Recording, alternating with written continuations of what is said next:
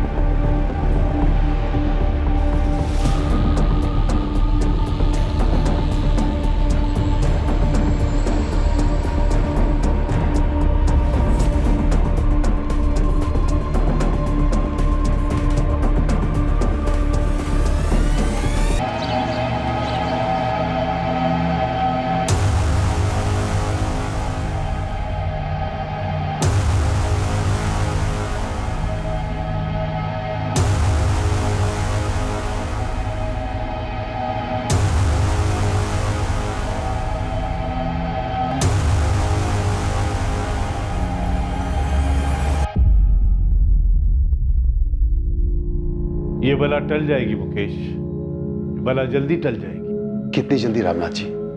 बहुत जल्दी। एक अरसे से बुरा समय ही चल रहा है, ये दशा कब तक चलेगी?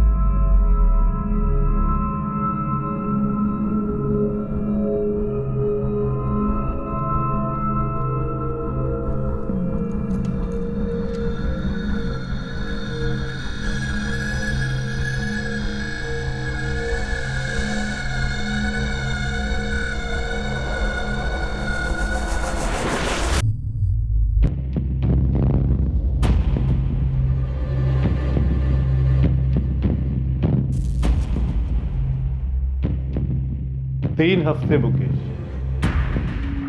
सिर्फ 3 हफ्ते। 3 हफ्तों के बाद तुम्हारी तकदीर बदल जाएगी मुकेश। उज्जवल भविष्य नजर आ रहा है मुझे।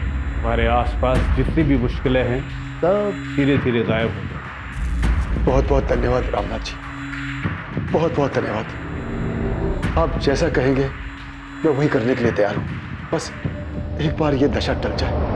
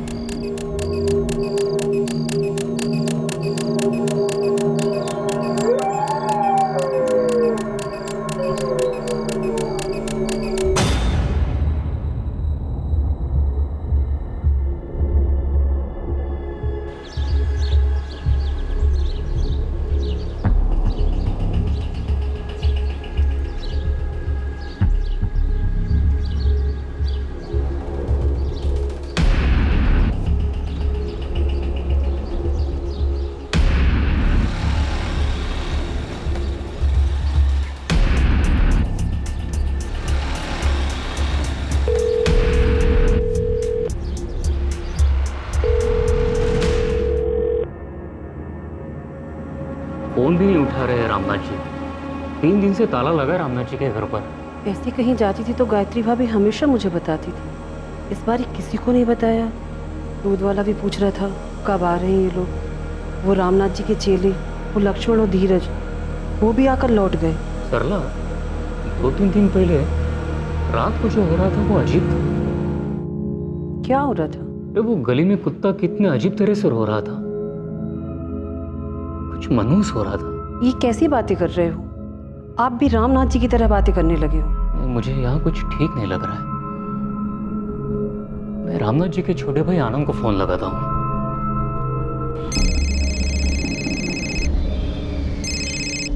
नहीं रोहित, रामनाथ भैया ने मुझे कुछ नहीं बताया। हुआ क्या? नहीं, बस वो फोन नहीं उठा रहे हैं और 3 दिन से घर पर ताला है। 3 दिन से ताला लगा हुआ घर पे? हाँ आनंद, मैंने आखिरी बार उन्हें 16 जुलाई को देखा था, उसके बाद कोई भी नहीं दिखा।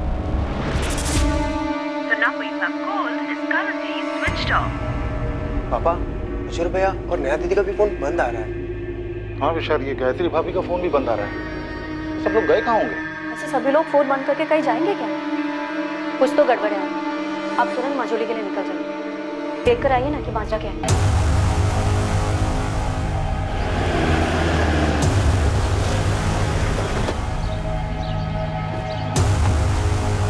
सर, मैं आनंद दीक्षित, रामनाथ दीक्षित का छोटा भाई। हो सकता है वो किसी ऐसी जगह पर गए हों जहाँ मोबाइल का नेटवर्क ना मिलता हो। नहीं सर, ये रोहित जी हैं, भैया के पड़ोसी। सर, ये धीरज है, ये लक्ष्मण है, भैया के शिष्य हैं। इनमें से किसी को भैया ने कुछ बताया नहीं कहीं जाने के प्लान के बारे में। तो आप चाहते हैं कि हम ताला तोड़े और अंदर देखें? मुझे लगता है यही ठीक रहेगा।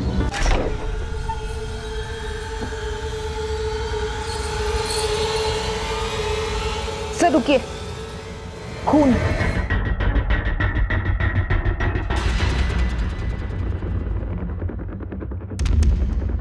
भाविका, अंदर देखो। Yes sir.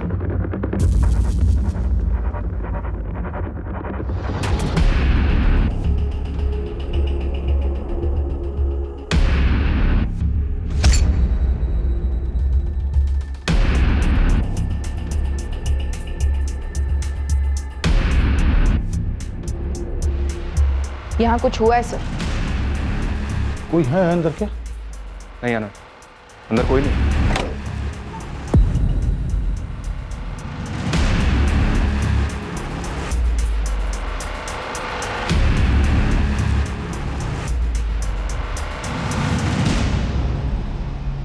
यहाँ जिस तरह से कपड़े बिखरे हुए हैं, लग रहा है जैसे कोई कुछ ढूंढ रहा था। सर, दूसरे वाले बेडरूम की अलमारी और लॉकर भी खोले गए। सर, अलमारी आधी खुली हुई थी, लॉकर भी मैंने खुला पाया, पूरा खाली। ये रामनाथ जी तिजोरी में जेवर कैश कुछ रखते थे क्या? होंगे सर। और रामनाथ भैया के जितने क्लाइंट हैं, मतलब जितने लोग मिलने आते हैं, वो कैश में पेमेंट करते हैं। कभी कभार तो गोल्ड में पेमेंट होती है। गोल्ड में? जी सर, लेकिन हुआ क्या है यहाँ? मेरे भैया भाभी और उनके बच्चे कहाँ हैं? तोमर, फॉरेंसिक टीम को तुरंत आने को कहो। यहाँ कुछ तो हुआ है। सर, घर के पीछे वाले आंगन में आइए, कुछ हुआ है वहाँ।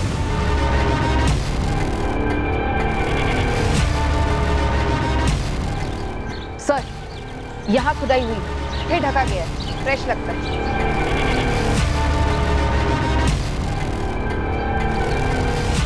मुझे आइडिया नहीं सर। मैं यहाँ भैया के यहाँ काफी अर्से बाद आया। ये जमीन कुछ ज्यादा ही खोदी गई है सर। सर, घर के अंदर खून के धब्बे तो हैं, लेकिन कोई लाशें नहीं। हो सकता है यहाँ।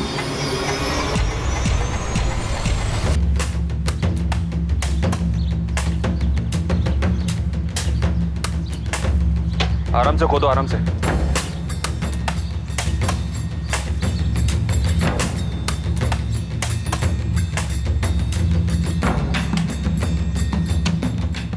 सर, अभी तक तो हमारे हाथ कुछ नहीं लगा, लेकिन सर यहाँ जरूर कुछ मिलेगा।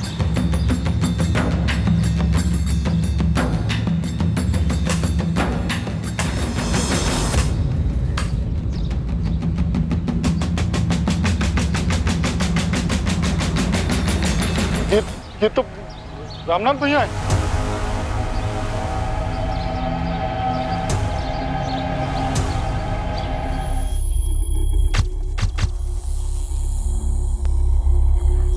चारों पर छुरे जैसे किसी हथियार से वार किया गया है। सबकी जगुलर वेन काटी गई है।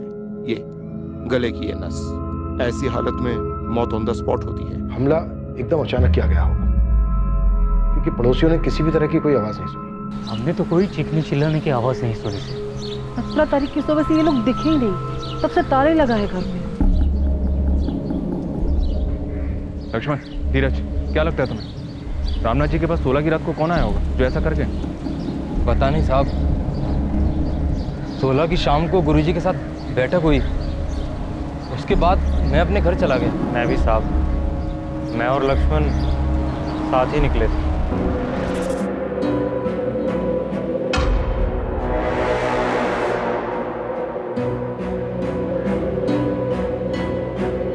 लक्ष्मण, उस रात कोई आने वाला था क्या रामनाथ जी से मिलने? गुरुजी ने तो ऐसा कुछ बताया नहीं।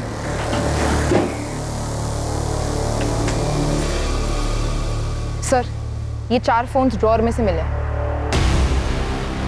इन्हीं चारों के होंगे, रामनाथ जी, उनकी वाइफ गायत्री और बच्चे नेहा और किशोर। कम से कम 72 घंटे। 72 घंटे, इससे ज्यादा हो भी नहीं सकते, क्योंकि 16 जून की शाम को इन सबको देखा गया था और 17 तारीख से घर पर ताला लगा है। अजीब बात है इंस्पेक्टर, 16 की रात 4 कत्ल होते हैं, लेकिन पड़ोसी को भनक तक नहीं लगी।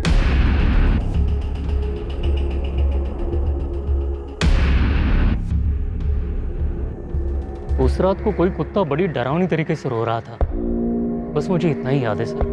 कुत्ता रो रहा था? हाँ, मैं उठ गया था, बहुत ही मनोज सा लग रहा था, घबराहट सी होने लगी थी सर। फिर मैं थोड़ी देर में फिर से सो गया था। आनंद जी, आपके भाई काला जादू वगैरह करते थे? नहीं, भविष्यवाणी करते, लोगों की मुश्किलें हल करते थे।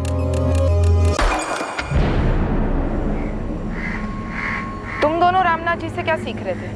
ज्योतिष विद्या मैडम, लोगों का भविष्य देखकर उपाय बताना। आनंद जी, आपके भाई की किसके साथ ऐसी जानी दुश्मनी थी जिसने परिवार सहित उनका कत्ल कर दिया?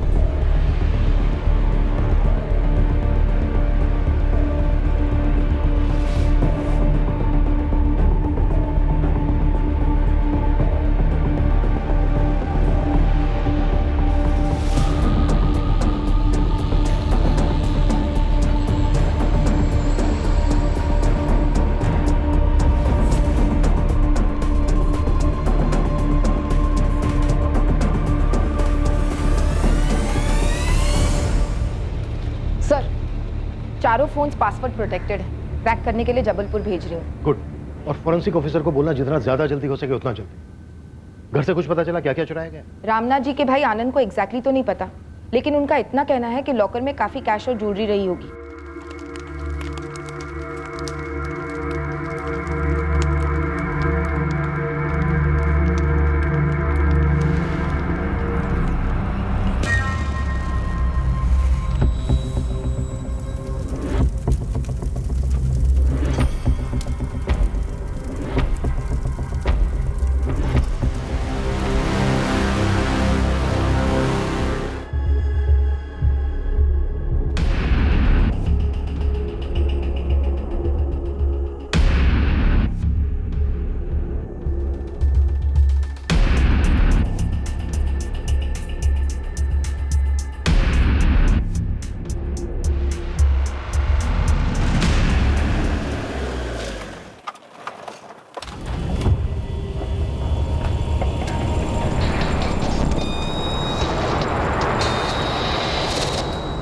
रामनाथ जी संदूक की चाबी अपनी कमर से बांध कर रखते थे, क्यों? हाँ साहब, ये संदूक कोई और खोलता नहीं था, सिर्फ गुरुजी ही खोलते थे। अब तुम खोलो, ये लो, खोलो।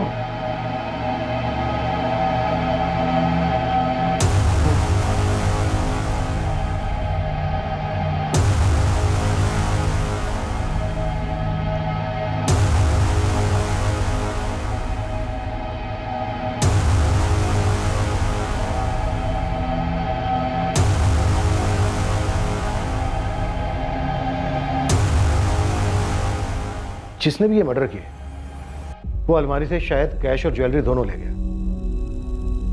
फिर उसने एक संदूक क्यों नहीं खोला होगा? हमें कैसे पता होगा साहब? ये संदूक के अंदर क्या चीजें हैं? साहब ये गुरुजी की चीजें हैं। हमारे लिए तो संदूक को छूना भी मना था। ये उनके तंत्र मंत्र का सामान है क्या?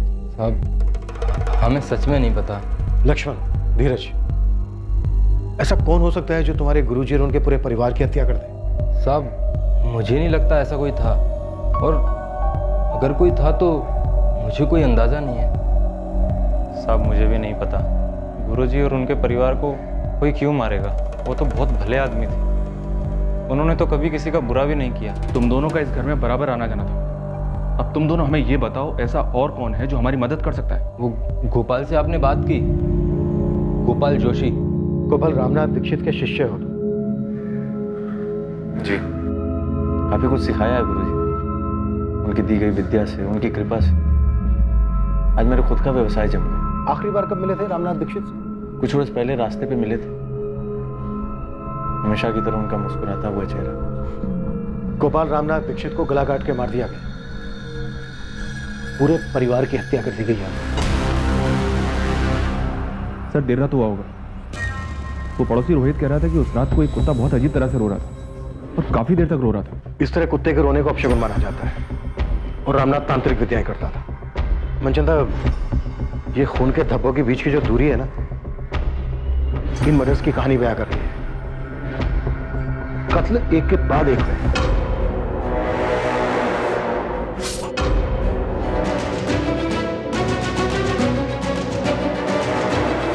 सिर्फ इतना ही नहीं, रामनाथ दीक्षित की पत्नी गायत्री और उनकी बेटी नेहा के साथ बलात्कार भी किया गया। यह बलात्कार कत्ल के बाद हुआ है इंस्पेक्टर। तो you mean necrophilia? Yes, necrophilia, लाशों के साथ संभोग की विकृति। कौन हो सकता है वो जो ये सब कर सकता है? सर मुझे समझ में नहीं आ रहा कौन कर सकता है। रामनाथ जी जैसे भले इंसान, उनका भला परिवार, और ये हमला सिर्फ चोरी के इरादे से किया गया है? ऐसा बिल्कुल नहीं। 4 मर्डर करना, घर लूट, फिर चारों लाशों को यहाँ घर के पीछे के आंगन में दफनाना। ये मर्डर्स लूट और चोरी की वजह से किए गए नहीं लगते, क्योंकि अगर ऐसा होता तो लाशों को दफनाता क्यों? राइट सर, चाका डालने वाले अक्सर मर्डर्स करते हैं, सेक्सुअल असॉल्ट भी करते हैं। कपड़े खोदने के लिए कोई इतनी मेहनत करेगा, वक्त जाया करेगा? बिल्कुल नहीं। और जो चोरी हुई है वो इतनी चालाकी के साथ हुई है कि पहले हमारी नजर में ही नहीं आई। और वो बाहर दरवाजे के ताला लगाना, कौन सा चोर ऐसा करता है?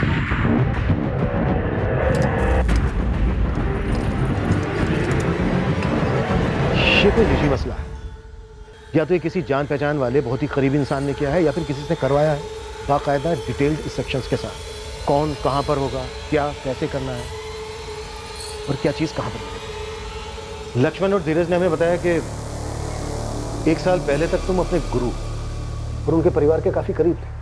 सर करीब था क्योंकि गुरु थे मैं। जैसा कि मैंने आपको बताया कि आज मैं जो कुछ भी अपने पैरों पे खड़ा हूं तो सिर्फ गुरु जी की वजह से। कौन हो सकता है वो जो इतनी नफरत करता था उनसे? बोलो गोपाल।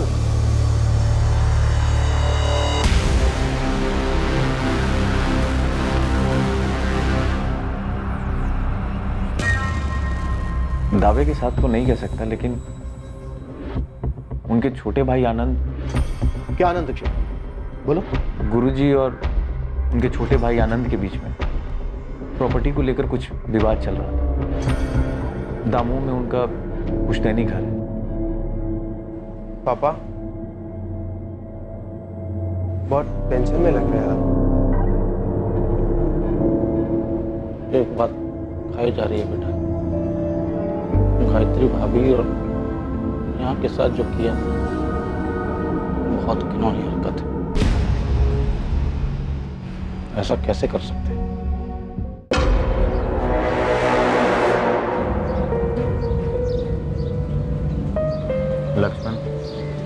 क्या तू भी वही सोच रहा है जो मैं सोच रहा हूँ?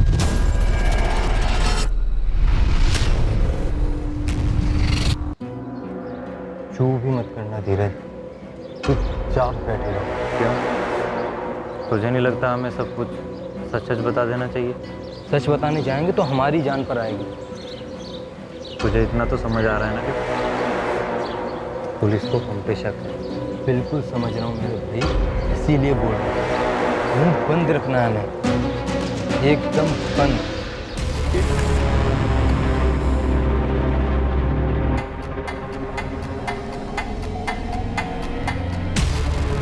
The number you have called is currently switched off.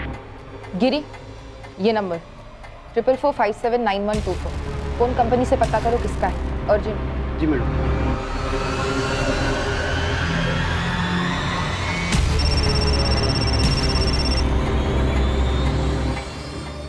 Hello, Kasturi Nagar police station से एएसआई भाविका शर्मा बोल रही हूँ। आप कौन हैं? जी मैं श्रेया गोयल बोल रही हूँ। तुम्हारी और किशोर दीक्षित की काफी बात होती थी फोन पर। जी हाँ, हम दोस्त थे। तो तुम्हें तो पता ही होगा किशोर दीक्षित का मर्डर हो गया। जी हाँ, जानती हूँ।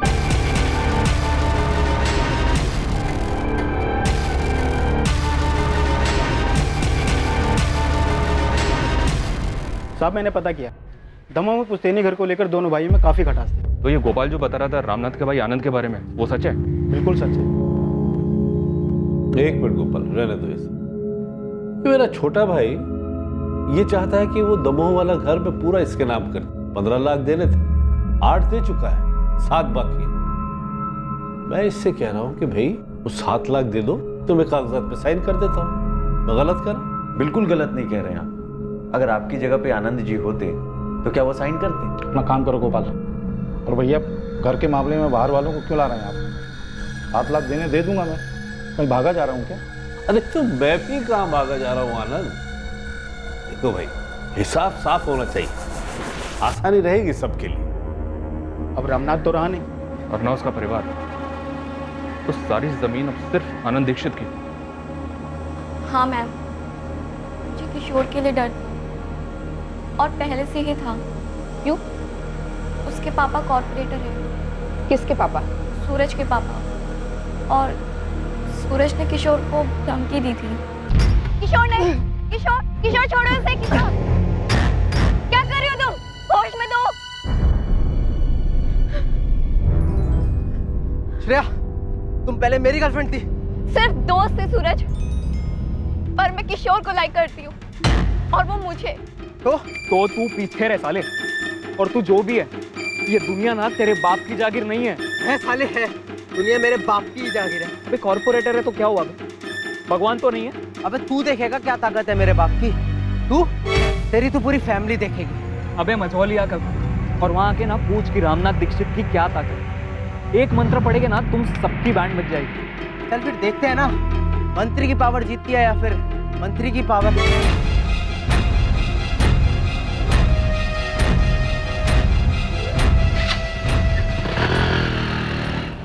मैं किशोर के लिए डरती थी।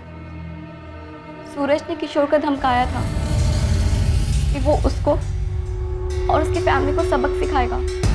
जब 3 दिन तक मैं किशोर से कांटेक्ट नहीं कर पाई, उस दौरान मुझे सूरज मिला। श्रेया, बैठना, कॉलेज ड्रॉप कर देता हूँ तुझे। No thank you. अच्छा सुन ना, वो नहीं दिख रहा, क्या नाम था उसका? हाँ किशोर, कहाँ गया? सूरज, किशोर कहाँ है? मुझे क्या पता, ध्यान लगा कर बैठा होगा ना अपने बाप जैसी पावर पाने के लिए। मैं पूछ रही हूँ किशोर कहाँ है? देख श्रेया, तेरे लिए अच्छा यही रहेगा कि तू भूल जा उसको। तू मेरी है, लौट आ मेरे पास, तुझे वापस आना ही है। तुम्हें लगता है सूरज का कोई हाथ है इस हत्याकांड में? वो बहुत पावरफुल लोग हैं, उनके कनेक्शंस ऊपर तक हैं। वो कुछ भी कर सकते हैं या करवा सकते हैं। मैं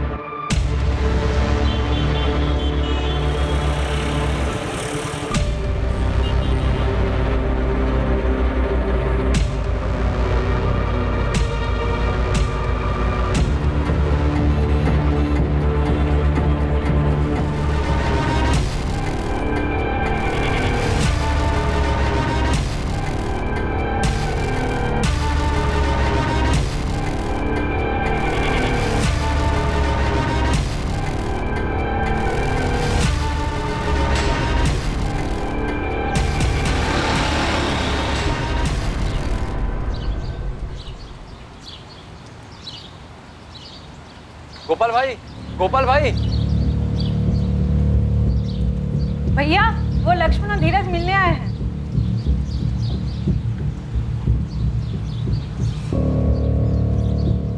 गोपाल भाई, एक बात थी जो हमने आपको नहीं बताई। क्या? पुलिस ने लक्ष्मण से गुरुजी की संदूक खुलवाई। और क्या धीरज? क्या हुआ लक्ष्मण? संदूक में नहीं थी वो। हमें पता है आनंद, तुम्हारी अपने भाई रामनाथ दीक्षित के साथ अनबन चल रही थी पुश्तैनी घर को लेकर। इस वक्त हमारे पास कोई सबूत नहीं है जो तुम्हें इस जुर्म से जोड़े। अब तुम्हें बताओ, तुम अपना जुर्म खुद कबूल करोगे या फिर हम हमारे तरीके से कबूल करवाएं? कम से कम 2 लोग थे, शायद 3, जिन्होंने रामनाथ दीक्षित और उनके परिवार की हत्या की। इस सब की लाशों को घर की बैक साइड में दफना दिया। और इतना ही नहीं, तुम्हारी भाभी और भतीजी के साथ उन्होंने रेप भी किया है। ये किराए के लोग भी हो सकते हैं और एक ना एक दिन हम इन्हें धर ही लेंगे। फिर ये लोग हमें बताएंगे कि किसने उन्हें सुपारी दी।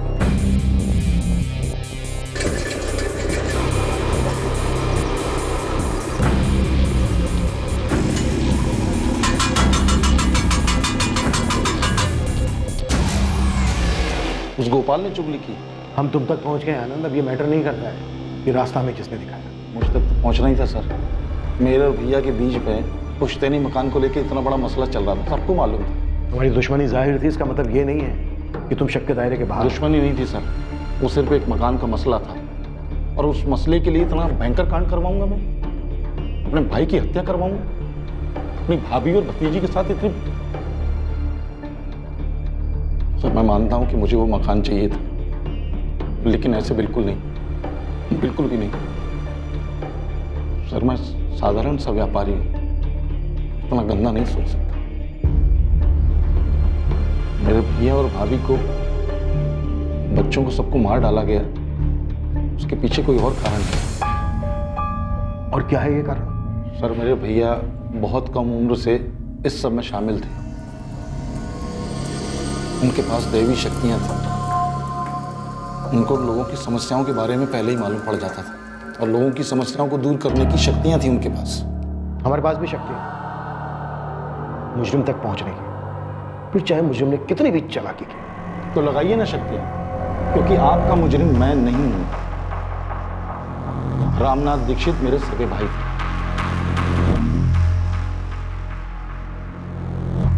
माधव रघुवंशी नाम है सर।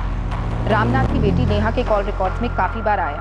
16 जुलाई को उसे आखिरी कॉल इस माधव रघुवंशी के फोन से ही गया था। माधव, अब हमारे पास बस एक ही रास्ता है। मैं कब से तैयार हूँ।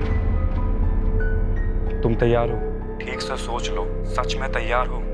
मैं तैयार हूँ। मैं तुम्हारी होने के लिए कुछ भी कर सकती हूँ। तो आज रात कर दें?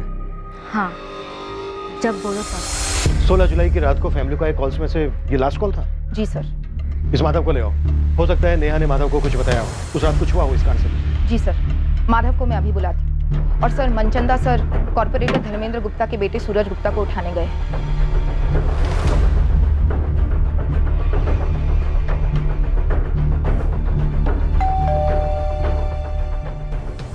इंस्पेक्टर, तुम मेरे ही घर में घुसकर मुझसे ये पूछ रहे हो कि मेरे बेटे ने यह कांड किया और इस कांड को अंजाम तक पहुंचाने में मैंने इसकी मदद की है, वो भी उस किशोर के साथ हुए पिद्दू से झगड़े के लिए। मैं एग्जैक्टली यही पूछ रहा हूँ।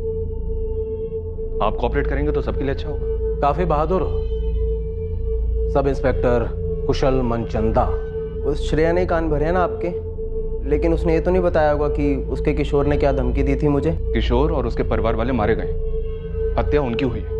वो आप लोग निकलवाते हैं ना फोन रिकॉर्ड वगैरह, पहले वो निकलवाइए। जब हमारे खिलाफ सबूत इकट्ठा हो जाए तब आप यहाँ पे आइए। और हाँ, ये बेवकूफ़ी को ना बहादुरी ना समझिए, महंगी पड़ेगी।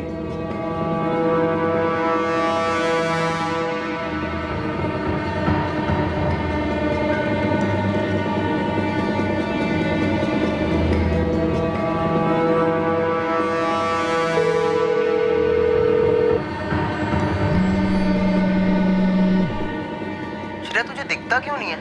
हमारी तकदीर में था मिलना और तकदीर ही मिला रही है।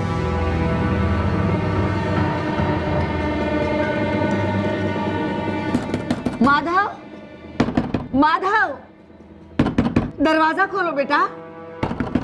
ऐसा नहीं करते बेटा, दरवाजा तो खोलो। पिछले कुछ दिनों से ऐसे ही कर रहा है वो। 17 जुलाई से? हाँ, ऐसे ही कुछ। माधव, पुलिस, दरवाजा नहीं खोलोगे तो हम तोड़कर अंदर आएंगे। जरूरी बात करनी है तुमसे। मैंने कुछ नहीं किया, मुझसे क्या बात करनी है? कुछ नहीं किया तो सामने क्यों नहीं आ रहे हो?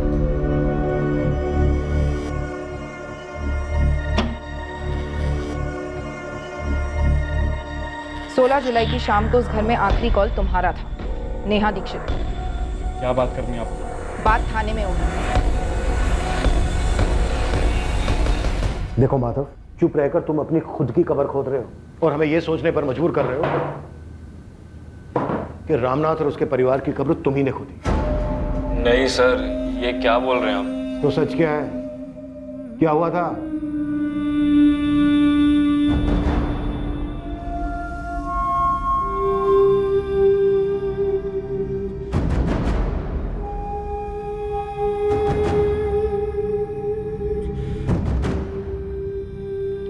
सर, नेहा और मैंने उस साथ भागने का प्लान बनाया था। तुम दोनों भागने वाले थे, ये बात हुई थी फोन पर? जी सर। सीरियसली बोल रहा हूँ नेहा, आज रात। मैं भी कम सीरियस नहीं हूँ माधव। आज रात तो आज रात। रात को 2:30 बजे घर से निकल कर बाहर आ जाना, मैं इंतजार करूँगा। रामनाथ जी, वो हमारे रिश्ते के बारे में जानते थे, सख्त खिलाफ थे वो। सारी दुनिया का भविष्य देखता हूँ, तो क्या खुद की बेटी का भविष्य नहीं देखूंगा? इस माधव के साथ तुम्हारा आगे कुछ भी नहीं है बेटा। लेकिन बाबा, हम 11वीं क्लास से एक साथ। अब आगे नहीं होगा बेटा। तुम आज ही माधव के साथ सारे रिश्ते तोड़ दो। शुरू में कठिनाई होगी, पर बाद में सब ठीक हो जाएगा। और मेरा विश्वास करो बेटा, अच्छा समय आएगा, बहुत अच्छा समय आएगा। हम दोनों कॉलेज टाइम से भागने का प्लान बना रहे थे।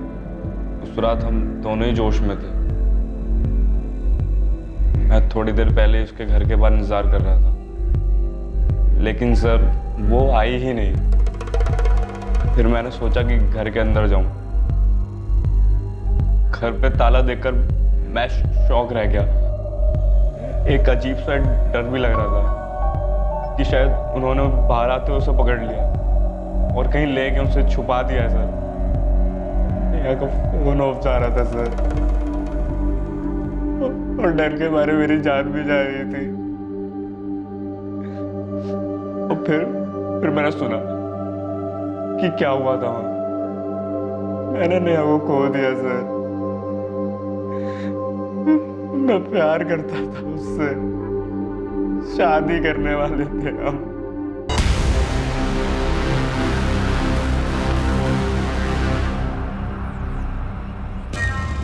सर, इस माधव को क्लीन चिट देना बनता नहीं, कुछ तो छुपा रहा है।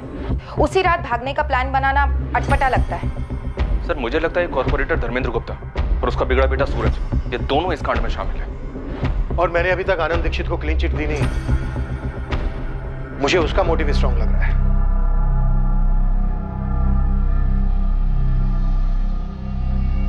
पूछना तो नहीं चाहिए, फिर भी पूछ रही हूँ। क्या यह घर अब पूरा आपके नाम पे हो जाएगा? पूछना नहीं चाहिए था और सोचना भी नहीं चाहिए था।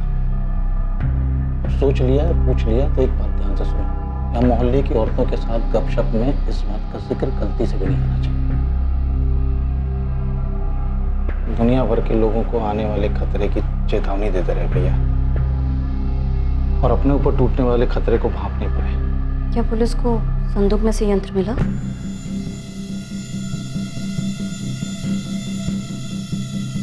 तुझे किसी भी बात की चिंता करने की जरूरत नहीं है। पुलिस अपना काम करेगी, उसे करने दे।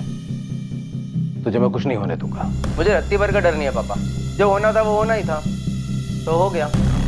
जो होना था वो होना ही था, सो हो गया। क्या बात है? माधव, तू मुझे छोड़ के भाग जाने वाला था। अरे नहीं माँ। लेकिन तू तो कह रहा था कि उस रात तू नेहा के साथ